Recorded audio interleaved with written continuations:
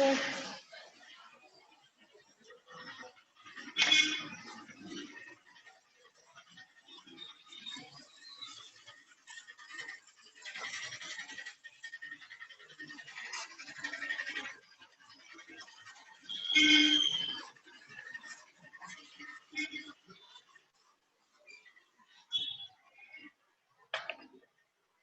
Okay. Good evening, everyone. How are you all doing? Doing good? Yes, ma'am. Yes. Okay. So, what was the thing that we have discussed in the last class? Which one have we discussed? We were discussing the first lesson, I guess. Yeah, reproduction in organism, if I'm not wrong. Yes, ma'am.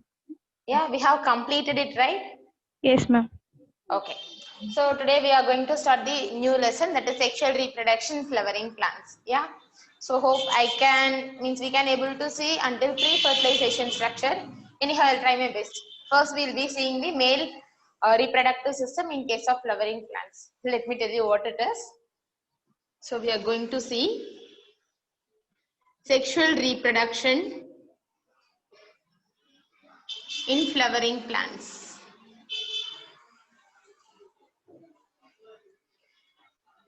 Okay. So in sexual reproduction flowering plants, this is the second chapter in unit reproduction. Yeah. So now coming to the flowering plants, that makes sense, right? Flowering plants. We have a diverse of plants over this planet, right? So if you are taking our Earth biosphere, we do have different type of species on it. As you know, like as per Robert May's calculation, it is 8 million, correct? And now like only focusing on plants, we have diverse type. You would have seen the algae, right? Yeah, which is like it's stuck with the floor wherever it is moisture. That is also a plant. Yeah. You would have seen the fern trees. That is also a plant. Yeah. And you are seeing the beautiful hibiscus plant. That is also a plant, right? So plant, it is of diverse types. That is basically we are classifying the plants into two different categories. This you must be knowing. You would have studied this in your 11th standard. Anybody knows? Like based on phylogenetical classification, how are we dividing plants? Any idea? How are we dividing the plants? How you people are messaging? Nobody. Okay, any idea? Yes or no? No means also no problem. I can tell you.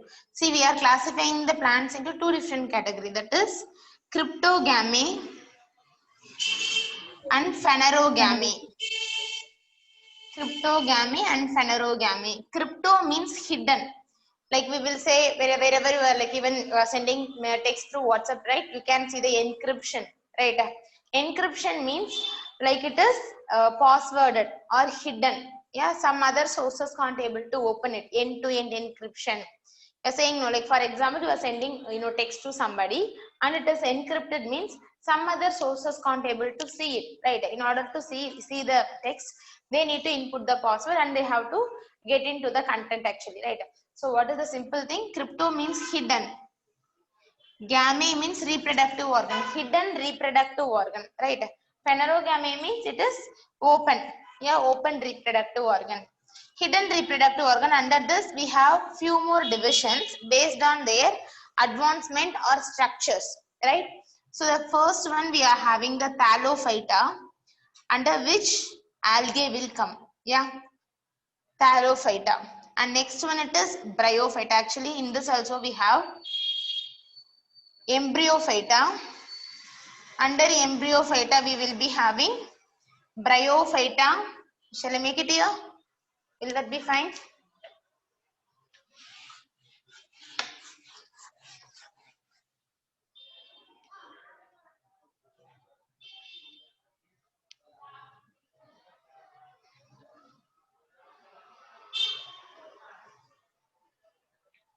Okay. So coming to the plant kingdom, I will make it here. Coming to the plant kingdom, we are generally classifying all the plants into two different categories. That is cryptogamy and phanerogamy. Yeah, cryptogamy means hidden reproductive organ. Phanerogamy means open reproductive organ. Cryptogamete is further divided into two different categories, that is thallophyta and embryophyta. And phanerogamy is further divided into spermatophyta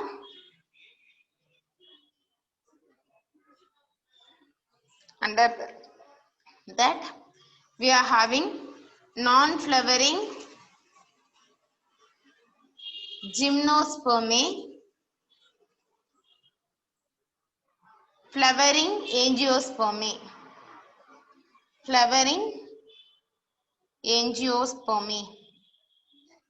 Yeah.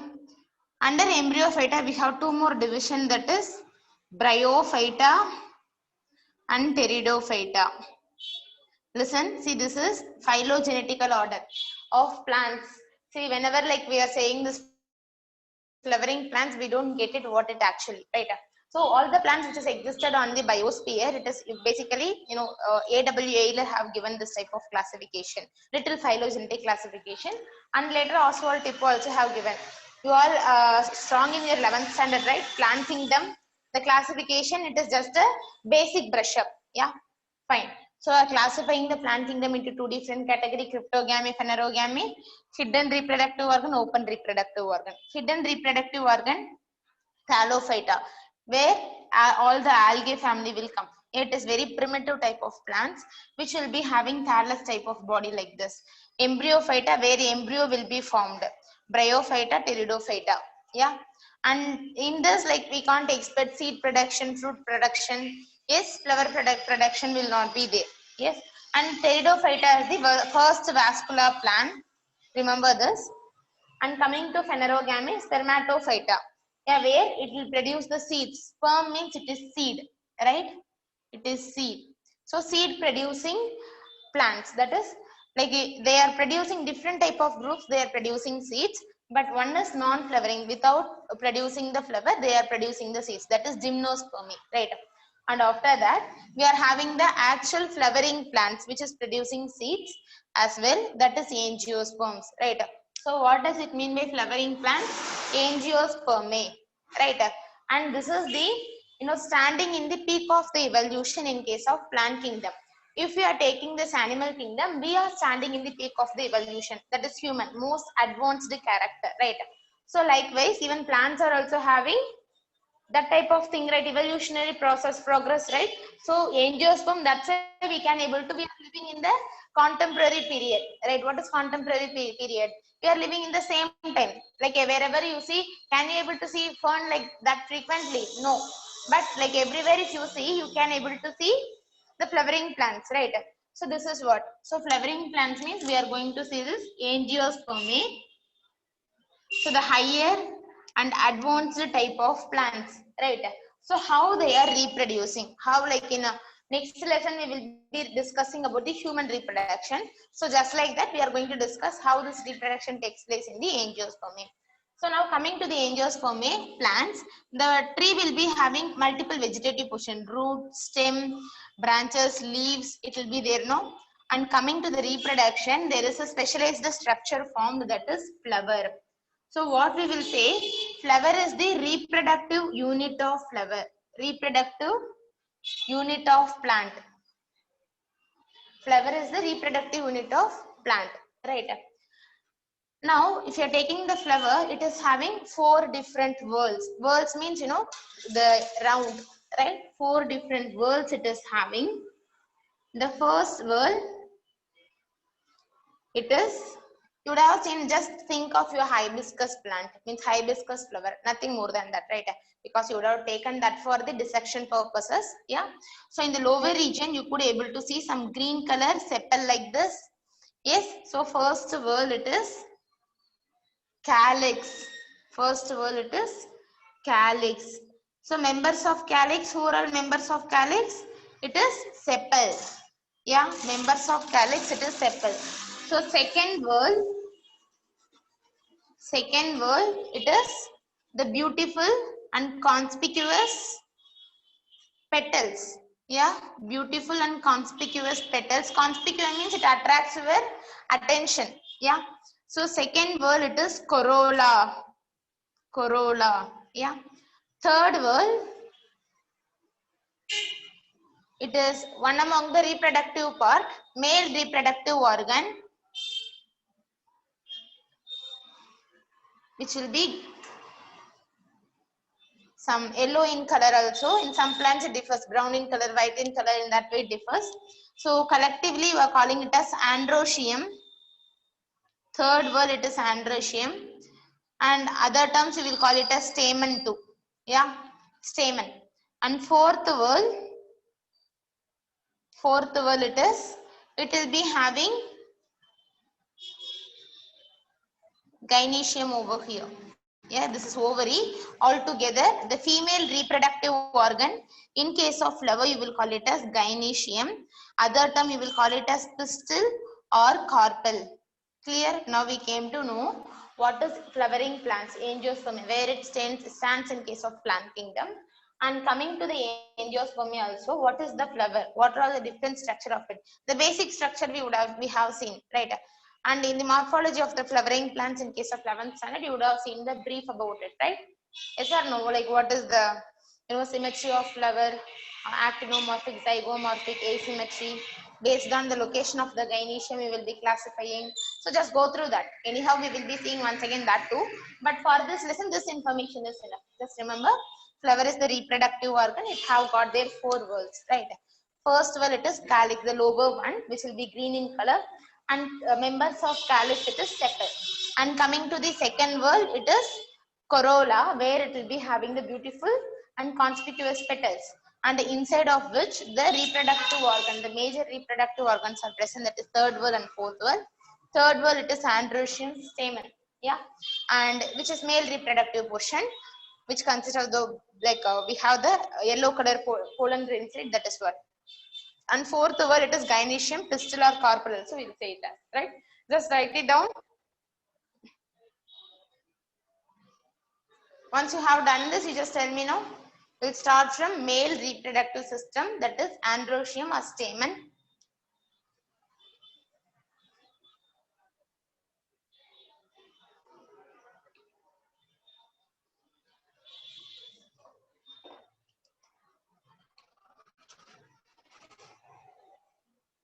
Completed, Joyce have completed.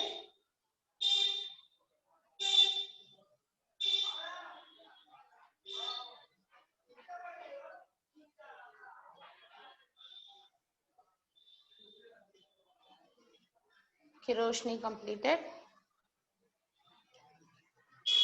Rohini, Niveta, 4, 5, Arti.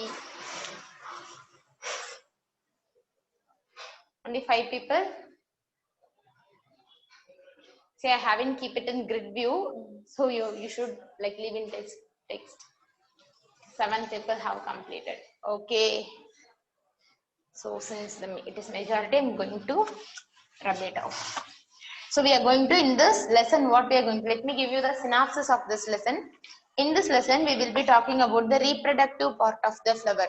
Yeah, what is their structure? Inside of which, how the gametes are produced. Because in case of sexual reproduction, 2 different parents will be involved, correct? And gametes will also be produced. Yeah. So how those gametes are produced inside the reproductive organ. Yeah. And how further it is changed from one place to another place. Pollination. And what are all the pollinating agents, different type of pollination we will be discussing. Yeah. And then fertilization. After fertilization, we will be having post-fertilization structure like seed, fruit, like that. So that's what we are going to discuss throughout this lesson. Let's see. Yeah. Okay. Now we are going to start from the male reproductive portion, that is stamen, androecium. Stamen. Yeah. Okay. Remember the hibiscus plant in the center portion. You would have seen the yellow type of pollen, means yellow type of particles over them, right? See this all together. Yeah, all together is called as stamen. So stamen consists of both filament and anther. Yeah, Stamen consists of both filament and anther. So this is the small stalk-like structure, and over them we are having the anther. Right. Now, coming to the anther structure, how it will be? Anther, now think that it is one single anther. Yeah, the whole to all together, my hands, two hands together, it is single anther. Yeah, now this is having one lobe, another lobe. Clear? So it is having two lobes in together, means all together. So anther, it is having two lobes. Yeah, and inside of each lobe we are having chamber like structure. Inside of each lobe we are having chamber like structure. We will call it as theca. Yeah, which means like it, inside of which it will be having the means sporogenous tissues. Let me tell you first. We'll write this. See, anther, it is bilobed and dithecous. Listen. Now the anther, it is bilobed like this. Yeah. So inside of which we are having a theca-like structure, which means a chamber like this. You will call it as theca. Yeah. So for two lobe we are having two theca, and inside of each theca we are having chamber like structures. Yeah. So inside a single theca we have two chambers. One chamber you will means inside a chamber we will be having the sporogenous tissue. Sporogenous tissue. Yeah. So right from this only we will be getting the pollen grain. Yeah. So since it consists of the sporogenous tissue, you will call the chamber as sporangiate. Sporangiate.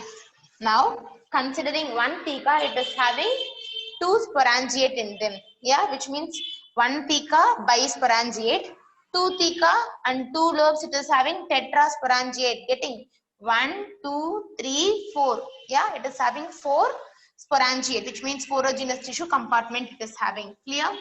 So let's say it is bilobed, dithecous and tetrasporangiate. Tetrasporangiate, right? And I had told you this is filled by means of the sporogenous tissue. Right from this only we are getting the actual male gamete, that is pollen grain. Clear? And right from this we are getting the male gamete, right? Which is like a gamete it is, which is going to give rise to the next generation. So it have to be protected. Yeah. So this anther wall, if you are taking the anther wall, it is having 4 different layers. Anther wall, it consists of 4 different layers. What are all the layers we are going to see?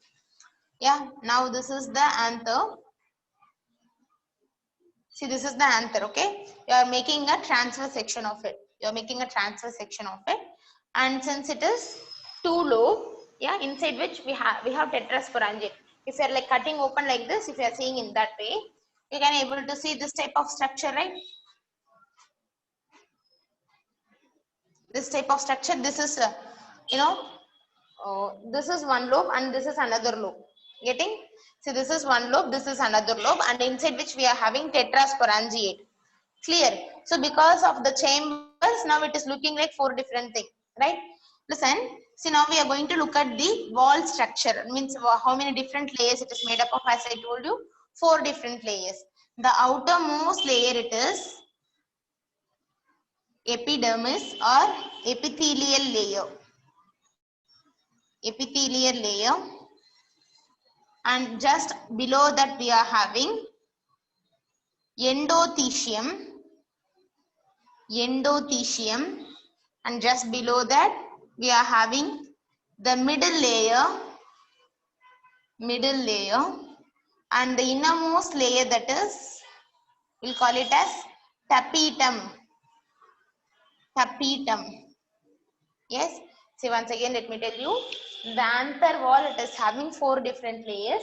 The outermost layer, it is epithelial layer, and just below that we are having endothecium. Just below that we are having the middle layer. Just below that we are having the tapetum. Understood? Listen, we generally would have studied epidermis, middle, and endodermis. In that way only we would have studied, but here the order is different. So while reading, you have to be conscious over here, because they will be asking you to write the anther wall arrangement, 4 different layer arrangement from outside to inside. So that time epithelial layer to endothelium, endothelium to middle layer, and then only we are getting, we'll never have confusion with this tapetum, but you will have the oscillation whether middle layer is second or endothelium is second. And always remember endothelium is the second layer, yeah, which is made up of alpha cellulose. I'll tell you. Yeah. Okay, this is the 4 different layers which is covering the underlying sporogenous tissue. Clear with this? Right? So let us see each one of their function, what it is doing. Epidermis, see this is single cell layered protective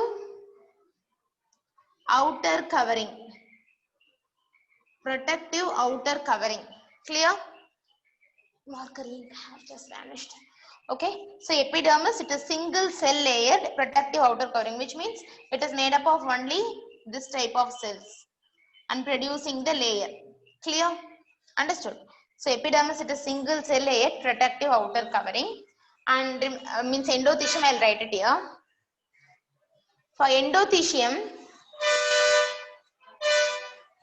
see this is made up of alpha cellulose. Okay, endothelium, this is made up of alpha cellulose. Yeah, and it have got few cells. You will call it as stomium cells. It have got few cells. You will call it as stomium cells, right? And which is hygroscopic in nature. Hygroscopic in nature. Hygroscopic means it will be absorbing the water. Means whenever the inner laying pollen grain it matures, the outer layer it just becomes hygroscopic in nature, and it helps in the dehiscence of anther. It helps in dehiscence of anther, which means, listen, once again it is little noisy here. You just make note of it.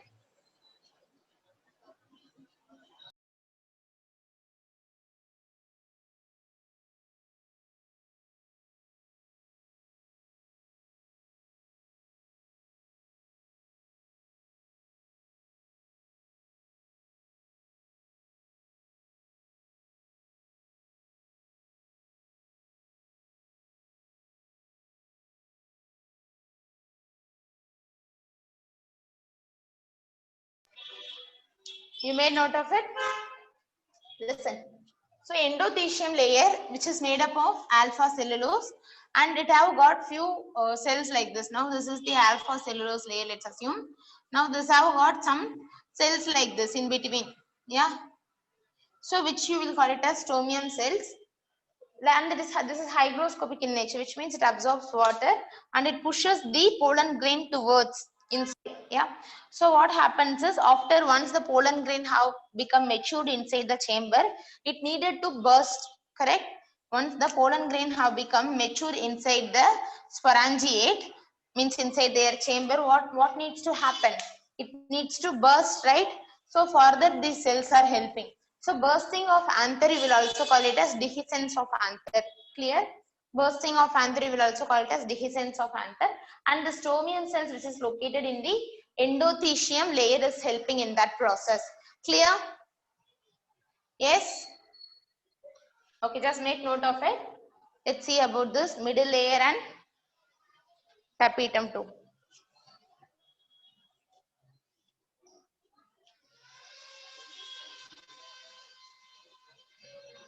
Completed means you can say that you have completed.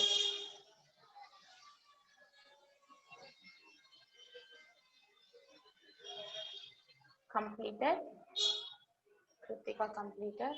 Who else? Kiroshni. 2. Joyce have also completed. Niveta 4. Vijay Karpaya 5. What about the rest? Only 5 have given me. Rohini completed.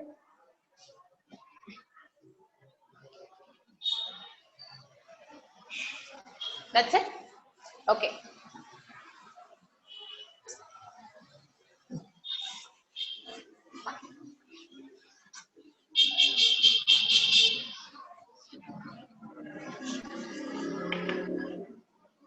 Now we are going to see the middle layer. See about this middle layer. Middle layer actually it is ephemeral in nature. Yeah. Ephemeral in nature. What is ephemeral? Any idea? It won't be long lasting. Right? It won't be long lasting. Once the pollen grains start to mature inside the sporangiate. Yeah, once the pollen grains start to mature inside the sporangiate, it will vanish after some time. Or not vanish, vanish is a normal word. It disappear. It disappear. Right? At the maturation of the pollen grain, middle layer will disappear. So it is very clear that what it is helping in. Middle layer helping in nutritious purpose. Nutritious or nourishment purpose. Nourishment purpose. That's it. So middle layer, this is some 3 to 4 layer thickness it is made up of, and it has parenchyma cells where it has stored the food material inside of it, right? So the food material will be absorbed by the tapetum. Yeah, when the pollen grain, listen, when the inner lying pollen grain will be inner laying pollen grain, whenever it is growing, the tapetum need to give the nourishment to it because this is the very closest layer to the sporogenous tissue, correct? So from even tapetum is also secreting some amount of nutritious material, that is different, and it is also absorbing the food from the middle layer of the anther wall, right? So middle layer, it helps in the nutritious or nourishment purpose, which is made up of some 3 to 4 layer thickness, 4 layer thickness, and once after the pollen grain matures, it just disappears. Clear? It just disappears, and that's why we used to say it as ephemeral. This is ephemeral in nature. And next one, tapetum, the innermost layer tapetum. Yeah, actually we have two different type of tapetum. One is amoeboidal or invasive tapetum, which is invasive tapetum. This is the outer covering. Yeah, in tapetum also, even though it is two different, means innermost layer, it will also have two indistinct between them. Yeah, one is the outermost, that is amoeboidal or invasive layer, and innermost one, that is glandular tapetum. Glandular or secretory tapetum in nature. Secretory tapetum in nature. Yes. Now coming to this amoeboidal invasive tapetum, which is outer layer, that helps in amoeboidal means it absorbs, right? It is invasive, it is occupying the layer, occupying the middle layer. Yeah. So what happens is, see, this amoeboidal or invasive tapetum, it is absorbing the food from the or nourishment, nutritious elements from the middle layer. Yeah, nutritious elements from middle layer, and that once after absorbing the nutrition from the middle layer, it is making them into spherical bodies. Clear? It is making them into spherical bodies and leaving them here around the between the sporogenous tissue. Just remember that here you are having the sporogenous tissue, right? So this I'll make it even more clear. Now just assume that this is inner tapetum, glandular tapetum, this is outer tapetum. Yeah. What this outer tapetum have done, it have absorbed the nutrition from the middle layer. Yeah. And now they made that into the spherical bodies like this. Yeah. And the spherical body, they will leave near to this sporogenous tissues. The spherical bodies, it is left near to the sporogenous tissues. Clear? Clear? So the spherical body, they are living near to the sporogenous tissue. We will call it as periplasmodial bodies. Periplasmodial body, which helps in nourishment or further development of this sporogenous tissue, right? So amoeboid means it is making the spherical bodies also. The major function of it is, what it is doing, it absorbs the nutrition from the middle layer, and that making them into spherical, means spherical bodies, that is periplasmodial body, and they are leaving that in between the sporogenous tissue, right? So now the sporogenous tissue can obtain some amount of nourishment from it. Clear? So this is what the amoeboidal layer is doing. After that, we are having the glandular or secretory tapetum. Glandular or secretory tapetum. So here, major function of glandular tapetum. This is the innermost layer which is present near the sporogenous tissue, right? So the very closest person who is sitting next to you will take care of you, obviously, right? So that's what happening here too. The glandular tapetum, that is secreting, already secretory in nature, right? So it is secreting some nutritious element that is nourishing the sporogenous tissue, and that also helps in the sporogenous tissue cell division. Clear? That also helps in the sporogenous tissue cell division. What else it is doing? Okay, obviously it is nourishing it. Apart from this, what else it is doing? Actually, it is producing pro-Ubish bodies. Pro-Ubish bodies, and later that is becoming Ubish bodies. Ubish bodies, or you will call it as, I think the ink is very light.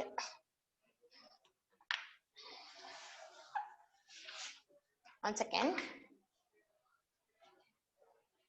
The pro-Ubish bodies, it is later becoming the Ubish body or orbicule.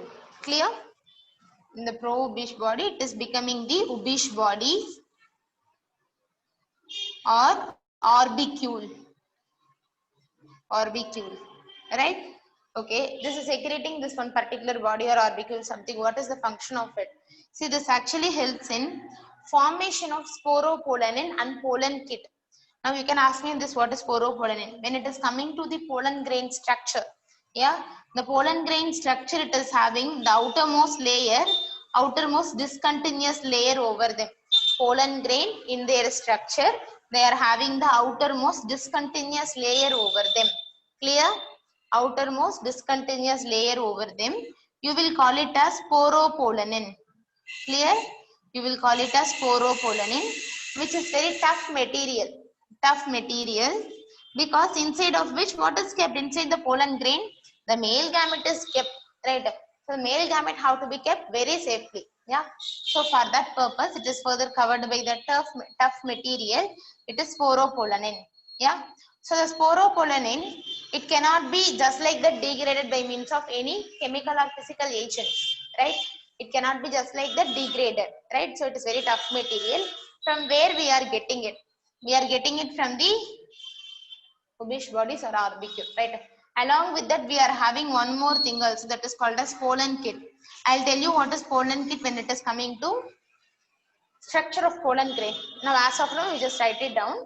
So, the sporopollen and pollen kit, it is produced from the Ubish bodies or orbicule. From where the Ubish bodies are coming from? It is coming from the glandular or secretory tapetum. Yeah. So, this is the 4 different layers of anther wall, which is like helping in protecting it. Yeah. And dehiscence of anther for nutritious purpose, and like helps in formation of, means helps in division of sporogenous tissue, and finally helps in formation of the structure of pollen grain also. So collectively it is doing all the works. Clear? So these many details are there in your NCERT. This much detail will not be given. So please kindly take note of it. That will be useful when I am giving you questions. Yeah. Once you have done, you can tell me that you have completed.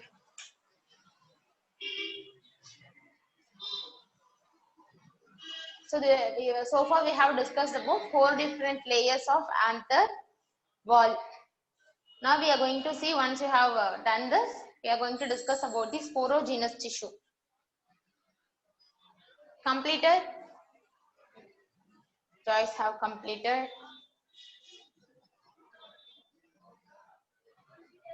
Aarti have completed 2. Niveta completed 3. Rohini 4. Vijaya 5.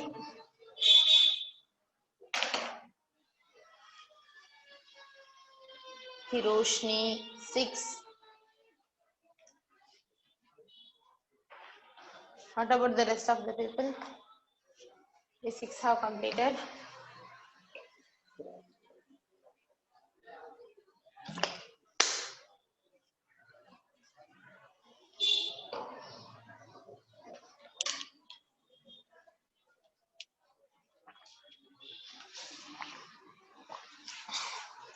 Shall I erase it? Everybody have noted it down? Okay. I believe that everybody have noted it down. And this portion I am leaving as such. Even if you haven't noted it down, you can note it off. Okay, now coming to the structure of anther. Now which is having the 4 different chambers like this, right?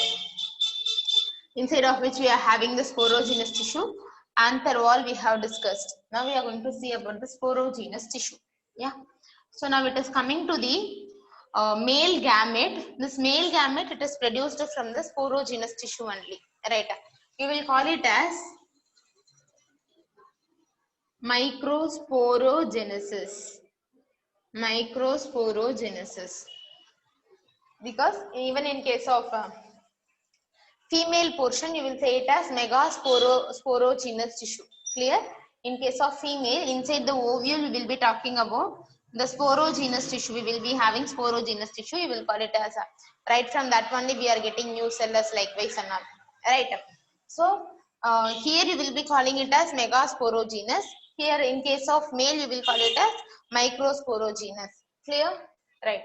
So because of the periclinal and anticlinal division, we have got a number of sporogenous tissue over here inside the chamber. Yeah, inside the sporangid we have got so many.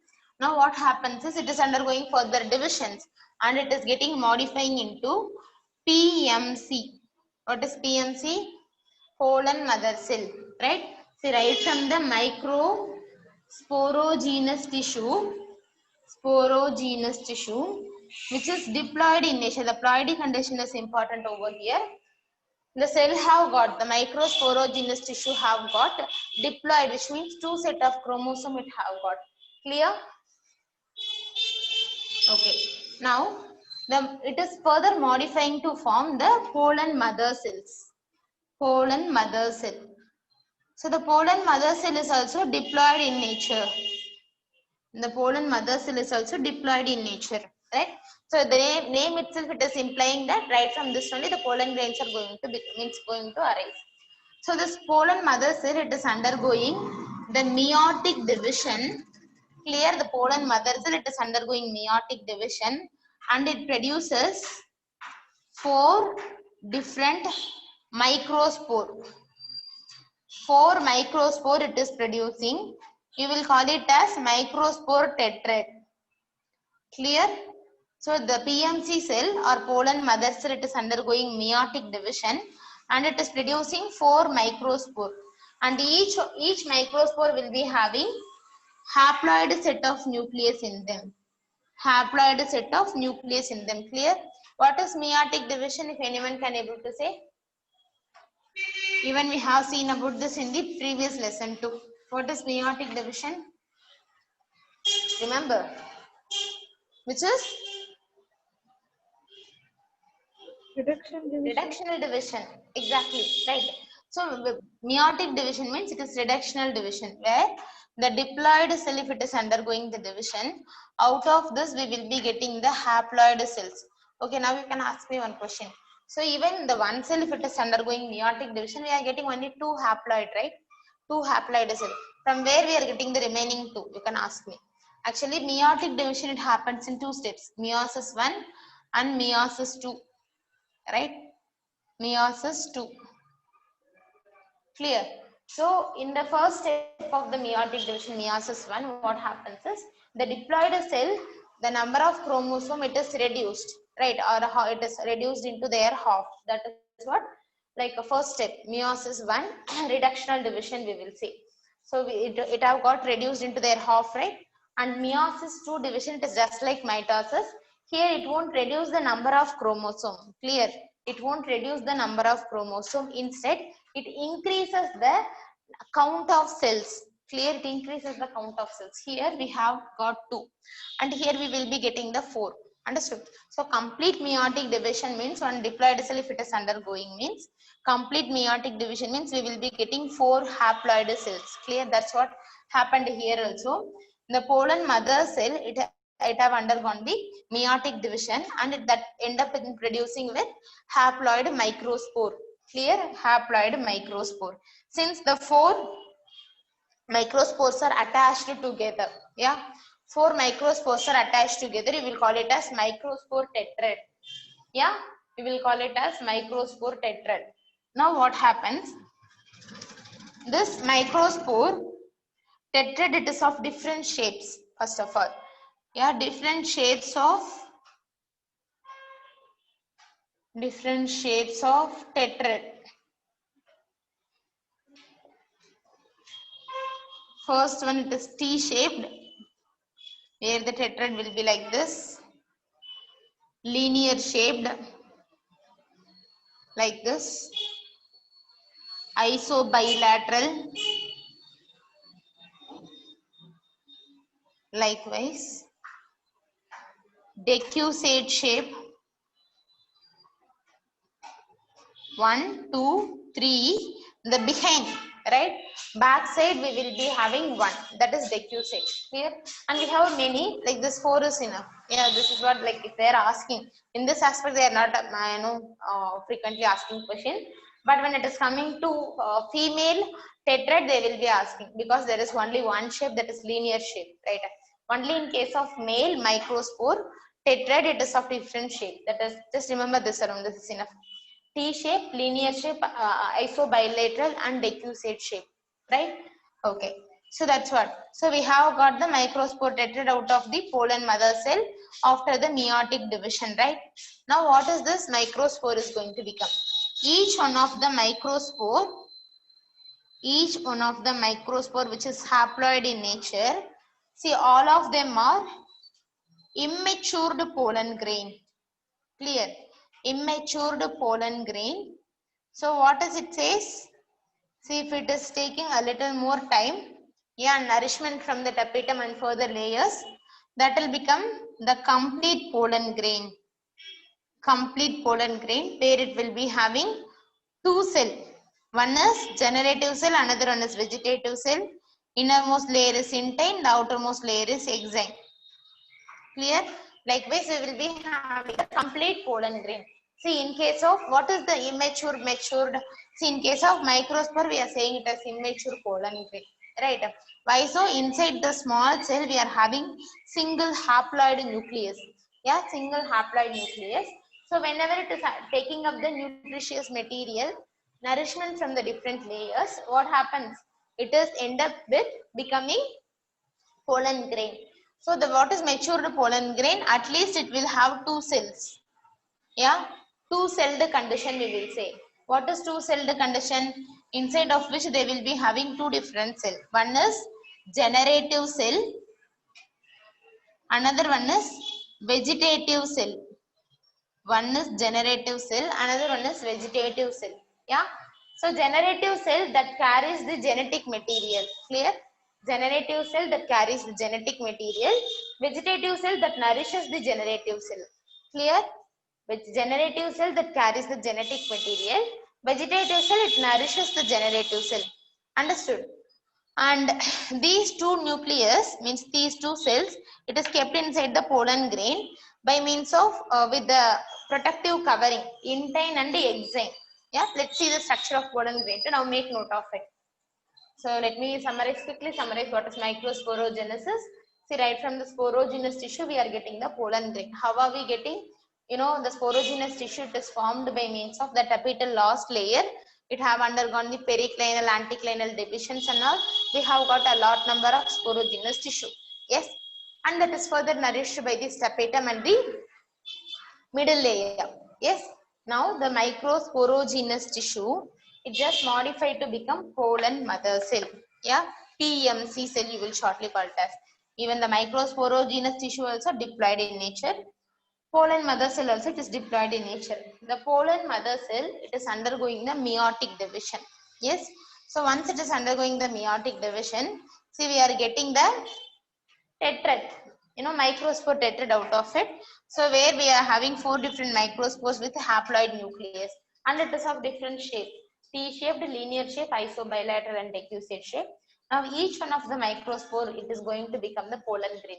What is the difference between the microspore and pollen grain? This is immature pollen grain, where it will be having only 1 haploid nucleus. But coming to the pollen grain nucleus, means pollen grain, that will be having two cells within them. One is generative cell, another one is vegetative cell. Generative cell that carries the genetic material, vegetative cell that nourishes the generative cell. Clear? Write it down, I'll tell you.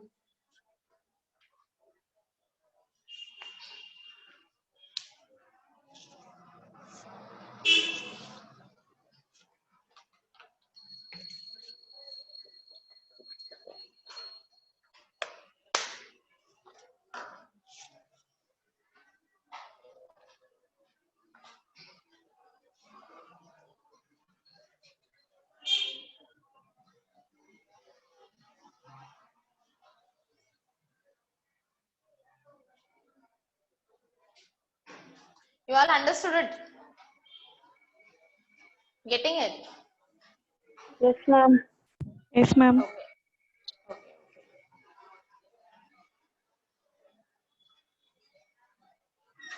So once you have completed, you can tell me that you have completed.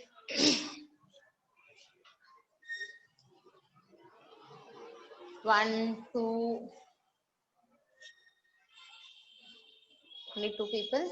3, 4, 5.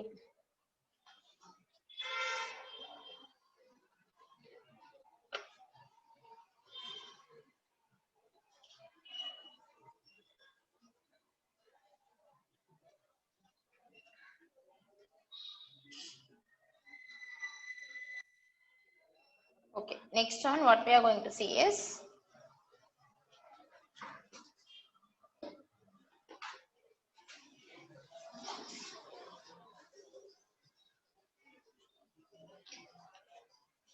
we are going to see the structure of pollen grain. Hope you have got this.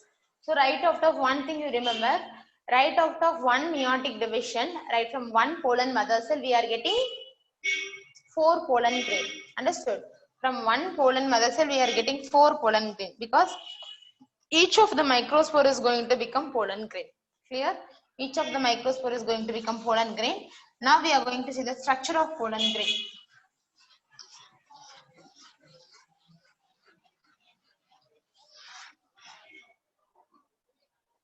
Structure of pollen grain.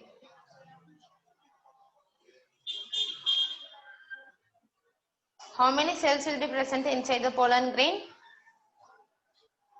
How many cells?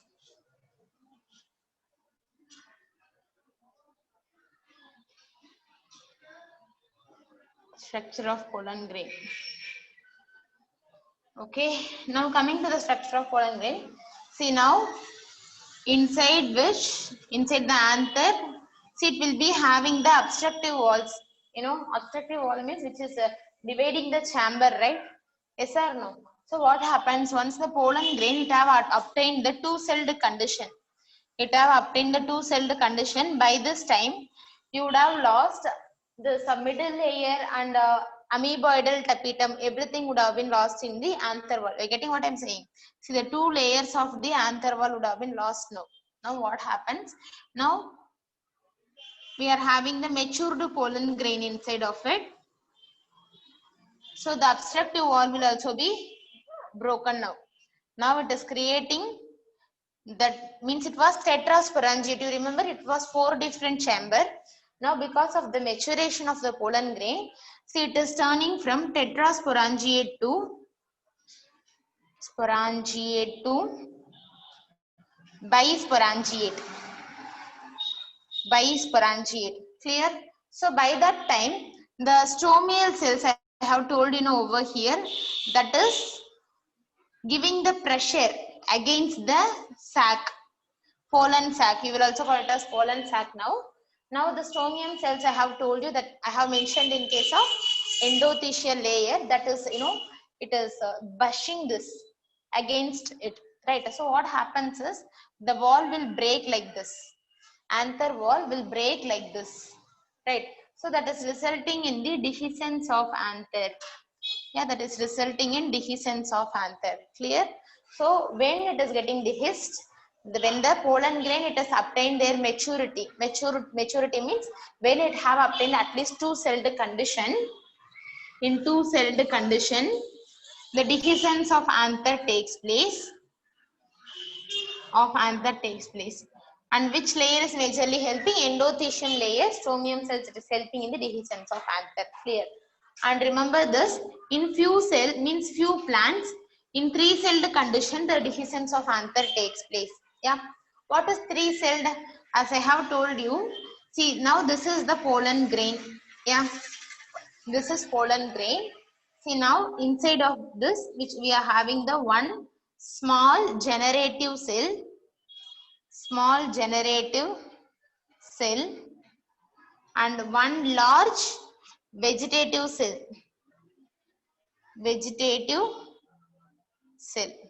Clear? This generative cell, it is carrying the genetic material, and this is for nourishment of this generative cell. The large vegetative cell is for the nourishment of the generative cell. Clear? Now this is further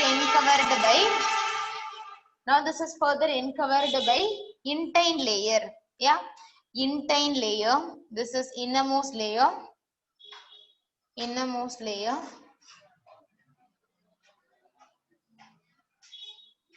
And then it is having the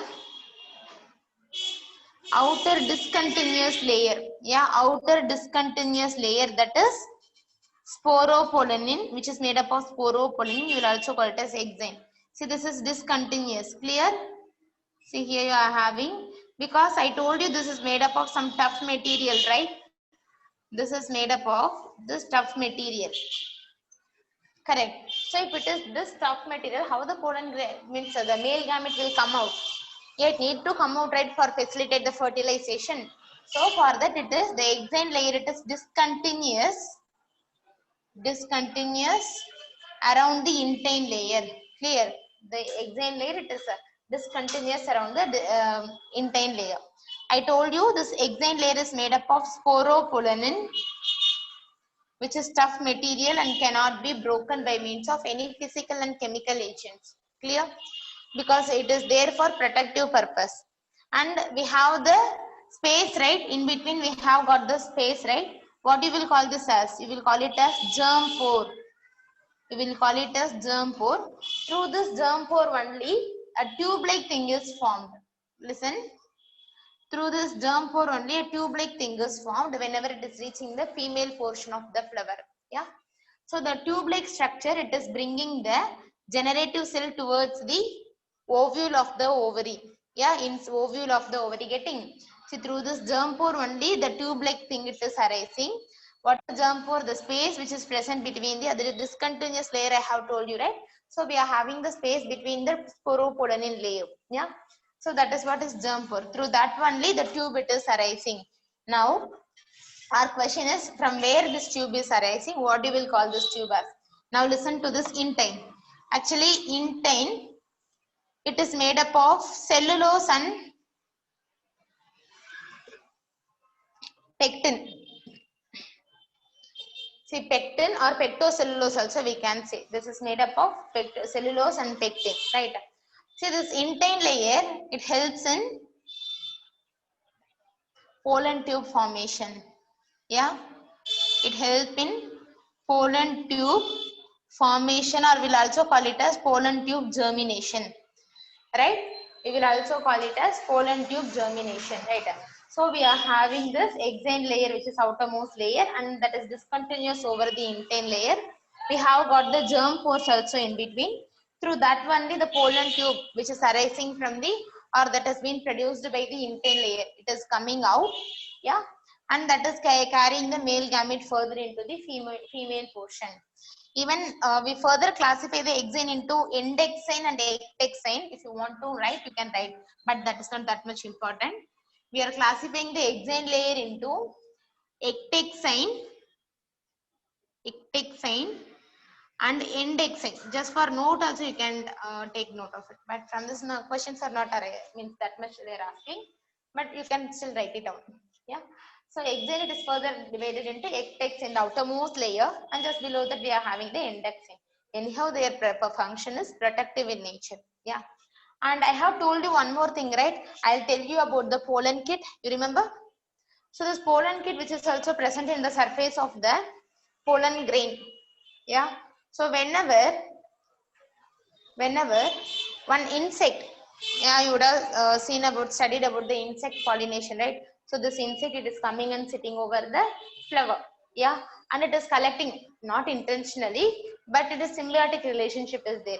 So meanwhile, whenever it is coming and sitting there, this plant flower, it is shedding the pollen grains over the surface of the insect. Now the insect, it is again going to the next plant. That time the pollen grain is shed into the flower. Yeah, is shed into the flower by means of that pollination is taking place, right? So by means of what, this pollen grain is getting attached with the legs and the surface of the insects. 1 second, I am see. Fine. So that's what. So when which helps them to attach with the legs and the surface of the insects, right? So that is pollen kit. Pollen kit, it is oily type of material which present over the surface of the pollen grain, yeah, that helps them to attach with the insect surface. Clear? So that much is about the pollen grain. Yeah, that much is about the pollen grain structure. We have multiple information regarding the pollen grain. Yeah, the pollen grain of rice and maize, it can be viable for 30 minutes. Once after it is bursted, right? Once after the dehiscence, see the pollen grain of rice and maize, it will be viable for 30 minutes because the male gamete should be alive, right? That's what they meant. It is 30 minutes. And the Orchis lupris, like there is one different type of plant that is, their pollen grain is viable for some years. No, not some years, some 10,000 years likewise. Yeah. And pollen grain, it is very nutritious purpose, for a sport athletic persons also. Some plant pollen grain, it is used as a nutritive element. Yeah. Pollen grain is also used as nutritive element for athletic and sport persons. Fine. And we have got one more point. Like some plants, some plant will be having very much desired character, right? So if you want to keep the plant for some years and years, what can you do? You will be, like, until you leave, you will be watering the plant, right? You will be giving the additional fertilizers to it, right? But you want the plant to be there generation after generation. What you will be doing? Now you will be collecting their gametes, correct? Because you want to make the next generation out of it, just like that. Yeah. So whenever there are desired plants of desired characters, or what is desired plant? Yeah, it should give a lot of yield. Yeah, for example, rice, if you take, for the growing population, the amount of cultivated rice is not enough. So that is not desired character, right? So if the rice is giving, a lot of tons and tons of grains, then it is desired character. Clear? So what happens is this desired plant means, like, it have got some character that impresses. Yeah. So that type of pollen grains, those plants pollen grains, it will be preserved. It will be preserved with the help of liquid nitrogen. Liquid nitrogen. Yes. Hope you would have heard regarding this liquid nitrogen. What is this liquid nitrogen? It helps in cryopreservation. What is cryo? It is freezing temperature, we will say. It helps in cryopreservation. People who works in laboratories used to always say this. If you are like working with liquid nitrogen, you have to be very careful, because if you are just pouring over your finger just like that, the finger will come off, because all the cells which is present here will get freeze. Understood? So the liquid nitrogen, with the help of that, they can preserve this type of cells. Not only this, many things are going under cryopreservation. Yeah, even in rocket science they are using this. Okay, now coming back to the point, this liquid nitrogen, it is helping in the cryopreservation. Also, this helps to preserve the pollen grain. Now, what is the temperature of it? Minus 196 degrees Celsius. Yeah, minus 196 degrees Celsius. This is what the temperature. And this is 2018 NEET question also. 2008 NEET question also. We wouldn't think of it. Actually it is NCERT line only. We wouldn't think of it. Okay, right from this, who will ask for this temperature and all. So you would have given the least concern to their line. But I'll tell you one thing. In case of NEET examination, right from your NCERT, 60 to 70 questions will be asked for sure. Right from that only. So just make sure that instead of going behind some multiple books, make sure that you are very clear with every line, nook and corner of the NCERT. Yeah. So that helps you to get some, if you're writing 70 questions correct, how much mark you will be getting? 250 will be in your hand first of all. Yeah. And then you go for additional points. Additional points means, again I'm saying, don't go for Truman and all. That is reference book. Okay. Because many people who are having a lot of curiosity will take those pillow type of book, and they'll end up with having PhD in only 2 or 3 chapters. Yeah. But we are not going to do PhD in this flowering plants or human reproduction, nothing. Yeah, we just wanted to know the details regarding the entrance examination, and which helps us also to get the good marks in the examination, right? So what you have to do is, like, listen to classes properly. Yeah, we will be highlighting the important points in previous year questions also. The first thing what you need to do, NCERT questions. Then listen to class, take proper notes, and go for the 32 years Arihan book you will be having, no? Arihan book, question banks will be there, no? Or else you can go for like a number of online portals also there. Yeah. If you want to solve questions in a particular portal, it will show you some thousands of questions will be there. Yeah. So choose particular like Zigya. So many portals are there. Yeah. So just log in, first read, and then log in. Try solving those questions. Right. And if you are not getting anything there, note it down. Ask in the class. Understood? So this is how you need to read for the examination. So you have completed this. This is what pollen grain whole information. Just write it down.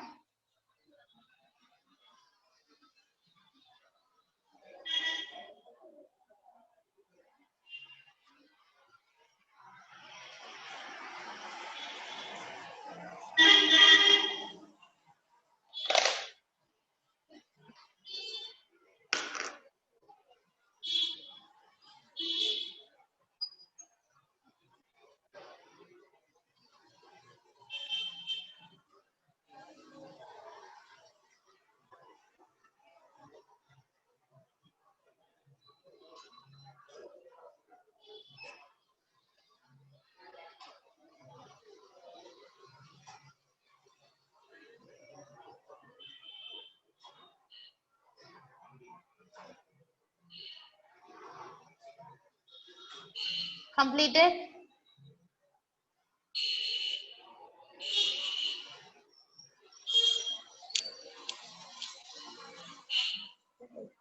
Three, 4, 5, 6.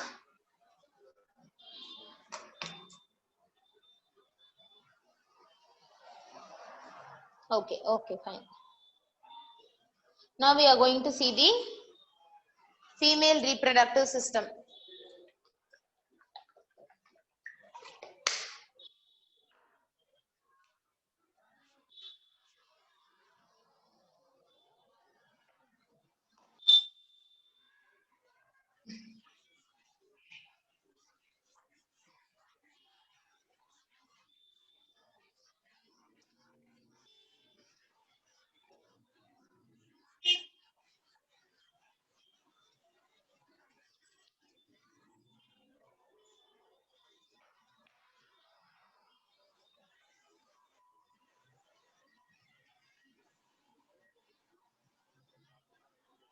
Female reproductive system, you will call it as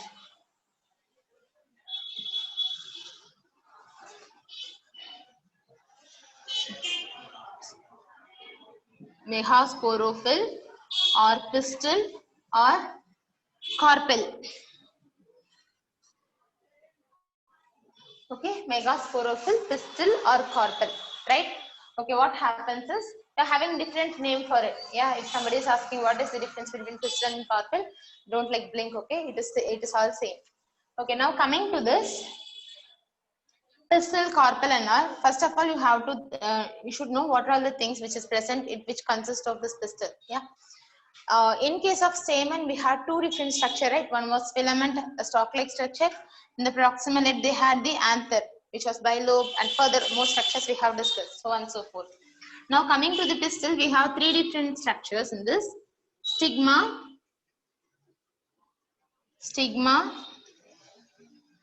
style, and ovary. Stigma, style, and ovary, right? Now what is the function of each? And you would have seen the same structure in hibiscus also, yeah, like which will be having a thick red color of stigma, yeah, and then the continuous style over it. Over that only we will be having the filament and anthrana. You would have remember it. If you are not remembering it, go on. Like hibiscus is, it is available in the China rose. It is available in the local region itself. No, you can take and you can dissect by your own. Okay. Now coming to each one of their function, stigma, it always ready to receive the pollen grain. Yeah, it is having the receptivity of pollen grain. Receptivity of pollen grain. Next one, style, it helps them to, means the further it helps in the pollen germination. Pollen germination, and it is letting the pollen tube through it. Pollen tube through it, because once the, listen, now over the stigma the pollen grain came and fall, right? Now there will be a small communication will be going between the pistil and the pollen grain. Yeah, we generally say it as pollen pistil interaction. They are creating some chemical conversation because they wanted to check, because any other pollen grain can come and sit over the stigma, right? They wanted to check whether it belonged to the same species. Understood? So there's some information, means the chemical conversation it is going between the pollen grain and the stigma of them, and the pollen start to germinate. Now the intern layer I told you, remember, it start to germinate throughout the length of the style. Yeah, this is the style. Throughout the length of the style, the pollen tube starts to germinate, and it is reaching the ovary, right? And it is reaching the ovary, inside of which we will be having ovule. Listen. So first one, stigma. First of all, the pistil, it is made up of stigma, style, ovary. Stigma, it is having the pollen receptivity. Style, which is helping in the pollen germination, as well is also letting the pollen tube via it or through it. And coming to the last portion, which is ovary, important organ. See, the ovary, it have got ovules inside of them. Ovules inside of them. Now assume this is the ovary. Yeah, and at the particular location we are having ovule. Yeah, at particular location at particular location we are having the ovule. So location of ovule inside the ovary. Yeah, location of ovule inside the ovary, you will call it as locule. Clear? Locule. Yeah, location of ovule inside the ovary, you will call it as locule. And there must be some attachment between them, right? Yes or no? Now I'm like standing here. There is some attachment between my leg and the gland. Yes or no? So likewise, here the ovule is attached in this certain place. By means of what it is attached? Yeah, by means of what it is attached. The location of attachment, you will call it as locule. Yeah, the attachment between them, you will call it as placenta. Attachment between them, you will call it as placenta. Clear? Attachment between the ovule and ovary, you will call it as placenta, and where it is attached is locule. Clear? Right. Now coming to the structure of ovule, here the placenta, it further continues to form a stalk-like structure is funicle. Shall I rub over? Rub over here. Yes, because it requires some little space. So the attachment between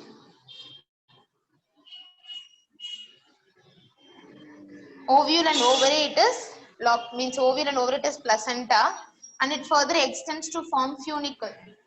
And funicle, it attaches themselves. This is funicle. The funicle, a stalk-like structure, it attaches themselves with the body of the ovule, right?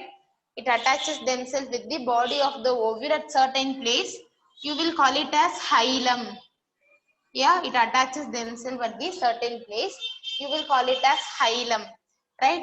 And it further turns to form the ovule. This is what is ovule structure. Yeah. Now this ovule have got two different regions. This is chalazal region. Chalazal region. This is micropylar region. Micropylar region. And inside of which, inside just below the chalazal region over here, we are having the sporogenous tissue. That is sporogenesis we will call, or megasporogenous tissue. It is located over here. Megasporogenous tissue, it is located over here, right? And just below that we are having another type of cells, that is, we will call it as nucellus. We will call it as nucellus. So right from this MMC cell actually, yeah, not MMC, right from nucellus only. Listen, right from this megasporogenous tissue only we are getting the nucellus, yeah, and right from the nucellus we are getting the MMC cell. What is MMC? Megaspore mother cell. Yeah, megaspore mother cell. Right. So right from the nucellus only we are getting the megaspore mother cell, and this megaspore mother cell, it is undergoing meiotic division to produce meiotic division to produce megaspore tetrad. Megaspore tetrad, and the megaspore tetrad, like tetrad in that 3 cell will be disappearing. Yeah, 3 cell will be disappearing. Only one megaspore.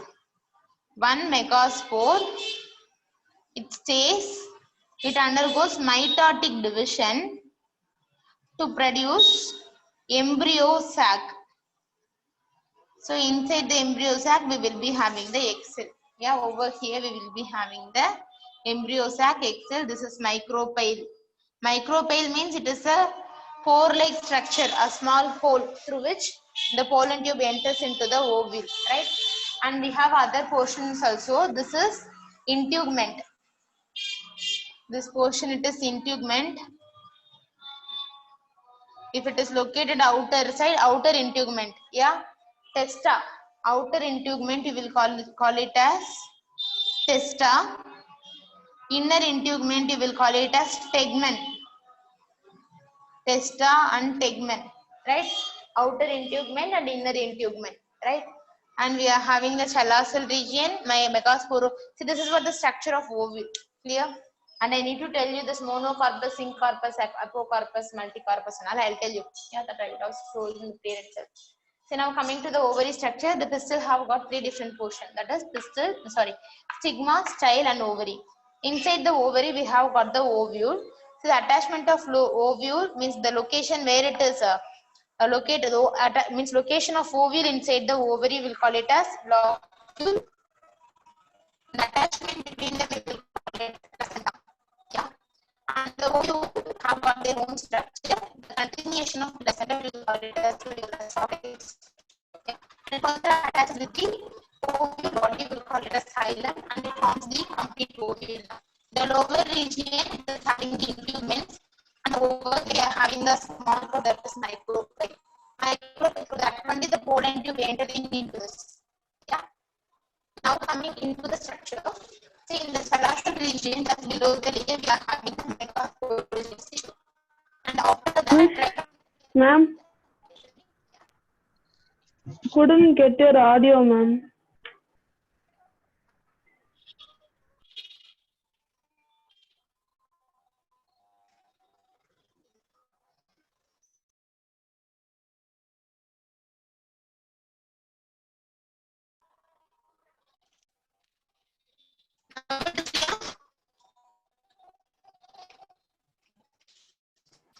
Ma'am, still shaky.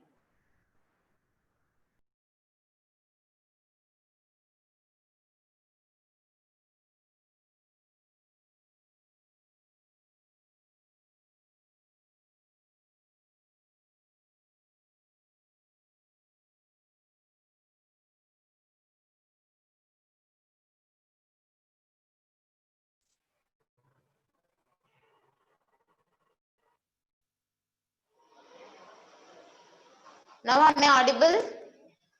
Yes, ma'am. Okay.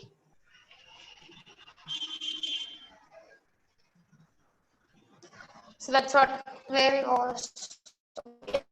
So right from the megasporogenous tissue we are getting the nucellus, and right from the nucellus we are getting the megaspore mother cell, MEMC cell, right? And out of that, like it is undergoing the meiotic division, produces megaspore tetrad. Yeah, only one tetrad will be getting, and in the three cells will be disappearing, means it will vanish, and we will be getting only one megaspore out of it. That is undergoing further meiotic division to produce the embryo sac. The embryo sac, the actual female gamete is stated, that is egg cell. We will have to see the meiotic division and mitotic division, what will exactly happen, what are additional structures it is being formed. So it is overall structure of ovule. Now it is clear. Structure of ovule. Yeah. Hope it is clear. Just write it down. I will tell you what is monocarpus versus apocarpus.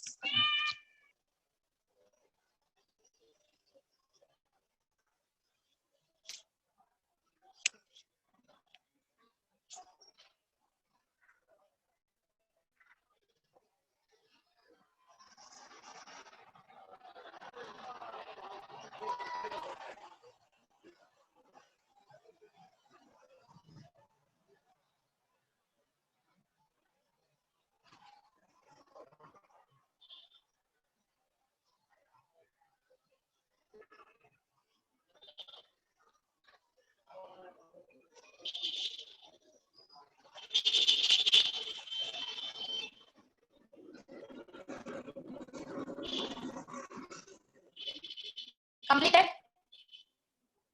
Yes, completed. 1, 2,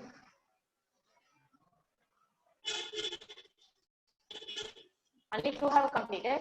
3, 4, 5.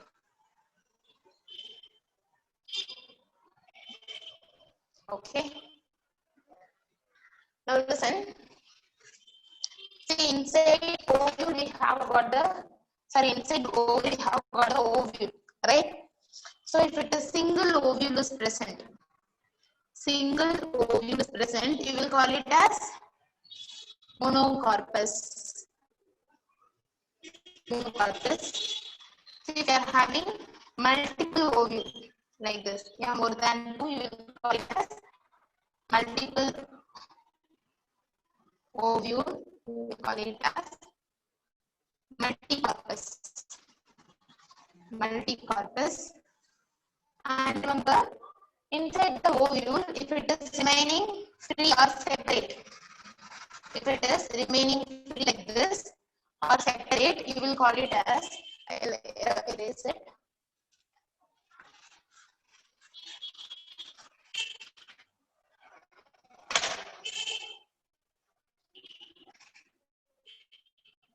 If it is remaining free or separate, we call it as apocarpus. And if it is all the ovules are fused like this, very and it is fused, yeah, all of them are fused with this, then we call it as syncarpus. Then you will call it as syncarpus. Clear? So if it is single, you will call it as monocarpus. If it is many, you will call it as multicarpus. Three means apocarpus, fused means syncarpus. That's it about the introduction of the megasporophyle and structure of ovule. What we need to see is we need to see megasporogenesis. How the meiotic division is taking place. How are we getting tetrad out of it? Yeah, that's what we need to see. So shall we see that too? We have 5 more minutes. You have it right? Over. Monocarpus, multicarpus, apocarpus, and syncarpus. Okay.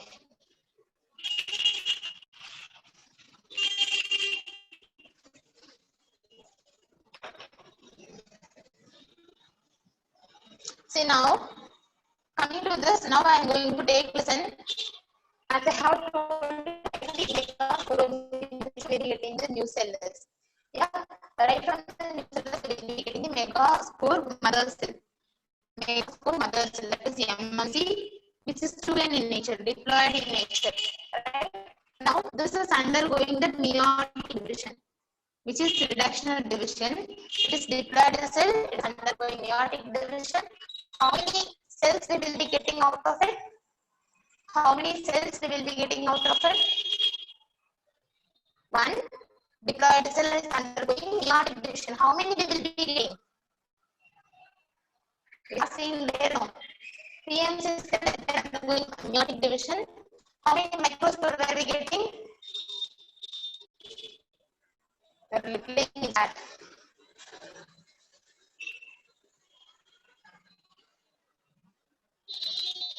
Chat is no reply. See, we are getting 4, right? It's getting 4. Remember, PMC, right from PMC, I didn't understand. Right from PMC, golden mother cell. See, that is diploid cell. That was undergoing my meiotic division, and I have told you why also. Because meiotic 1 and meiotic 2 division is taking place. First, it is reductional division, so the number of set of chromosomes will be reduced. Right? And after that, we will be getting the count of cells will be increased. Yes. So what happens is, see this golden mother cell will be giving 4 microspore, right? Yeah. Just like that here also, this megaspore mother cell is undergoing meiotic division and produces 4 megaspore. You are getting it or I getting it? Understood or not? Yes or no? Yes, ma'am. Okay, fine. Now listen, the megaspore mother cell is undergoing the meiotic division and it is producing 4 haploid megaspore, right? 4 haploid megaspore, and that will be located over here like this. That will be located over here like this. Salastal region to microphylla region.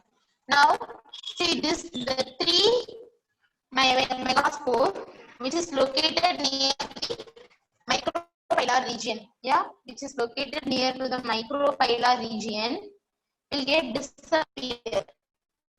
Will get disappeared.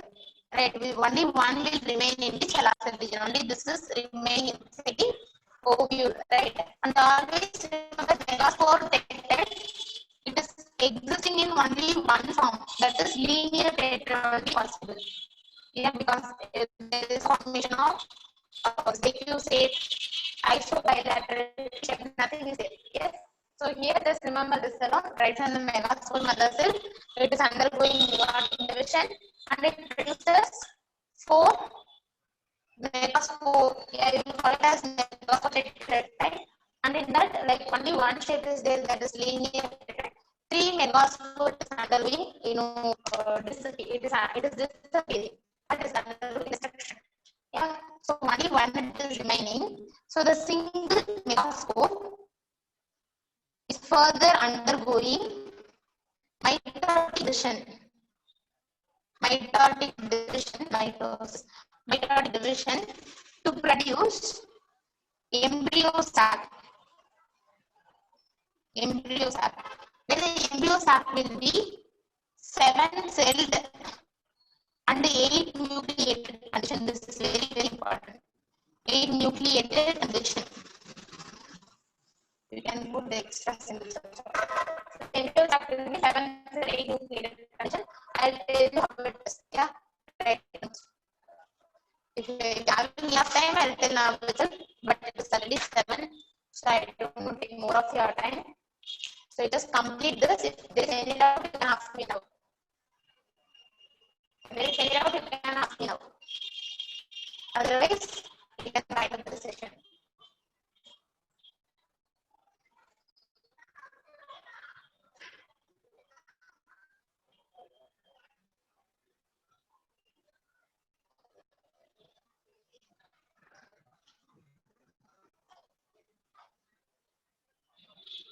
Completed?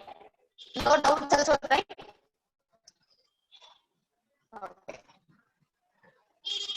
two have completed. 3, 4, 5.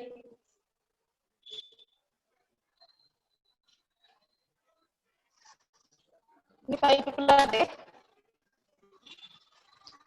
6. Okay, pa. So we'll see you all in the next session. Yes. And I'll discuss about the tomorrow test also. Yeah.